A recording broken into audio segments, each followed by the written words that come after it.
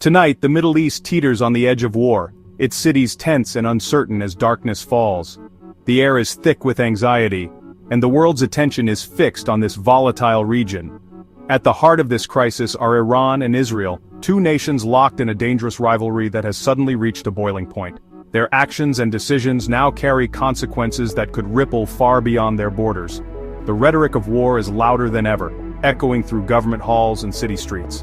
Military forces on both sides are mobilizing, bracing for what could come next, as the threat of open conflict grows more real by the hour.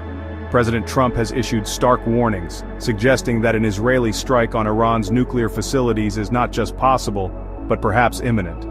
In response, the U.S. has begun evacuating embassy staff in Iraq, signaling just how serious the situation has become.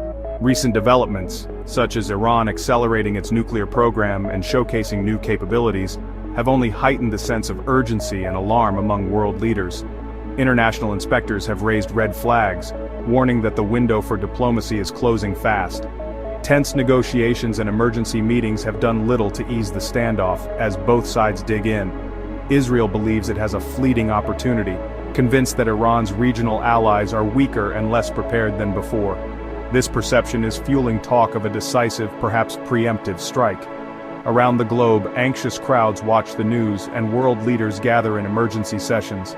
History, ambition, and fear are converging in a moment that could reshape the Middle East and the world forever. To truly understand the roots of today's crisis, we need to travel back in time, to the years before the 1979 Iranian Revolution. Back then, Iran and Israel were not open enemies.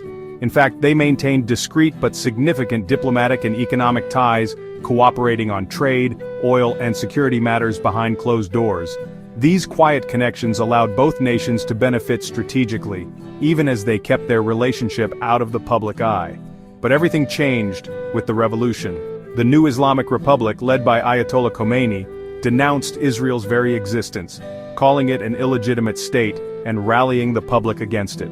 This marked the beginning of a deep and bitter hostility.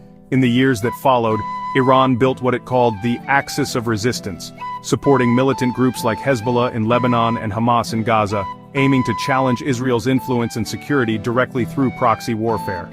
For Israel, these proxies have become a constant and unpredictable threat, turning what was once a political rivalry into a relentless cycle of violence and retaliation that affects ordinary people on both sides.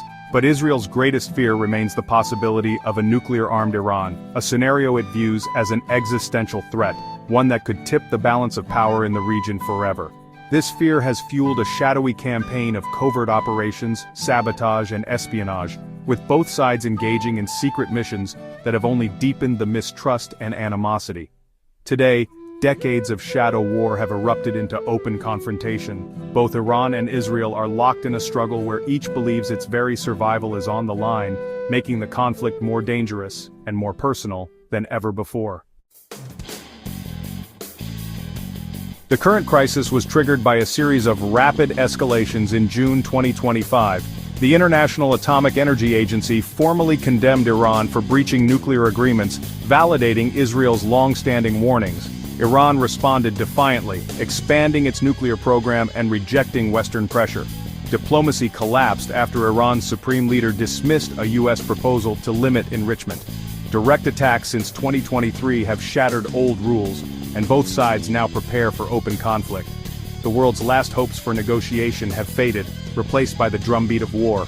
Every new headline signals another step toward the brink.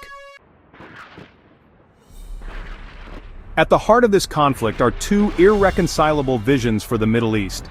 Iran seeks regional dominance, resisting Western influence and using its nuclear program as a symbol of defiance and prestige. Its support for proxies like Hezbollah is seen as essential defense. Israel's top priority is preventing Iran from acquiring nuclear weapons, which it views as a threat to its very existence. Israel also aims to dismantle Iran's network of proxies and roll back its influence. Both sides believe decisive action now could secure their future. For each, this is a struggle for survival, not just strategy. A direct Iran-Israel war would ignite the entire region, setting off a chain reaction that could quickly spiral out of control. What might begin as a confrontation between two nations would rapidly draw in neighboring countries, transforming local tensions into a much larger conflict. Iran's proxies, Hezbollah in Lebanon, militias in Syria and Iraq, and Hamas in Gaza, would launch coordinated attacks on Israel from multiple directions, opening up several fronts and overwhelming defenses. The violence would not be contained to one border, but would ripple across the region. Retaliation would devastate Lebanon's cities and further destabilize war-torn Syria, while Gulf states, already on edge, could be drawn in as targets or participants. Civilian populations would face immense suffering, and humanitarian crises would multiply. The US might be forced to intervene if its military bases or personnel are attacked, risking a direct confrontation with Russia, which remains a key ally of Iran. The involvement of these superpowers would raise the stakes dramatically, making escalation even more likely.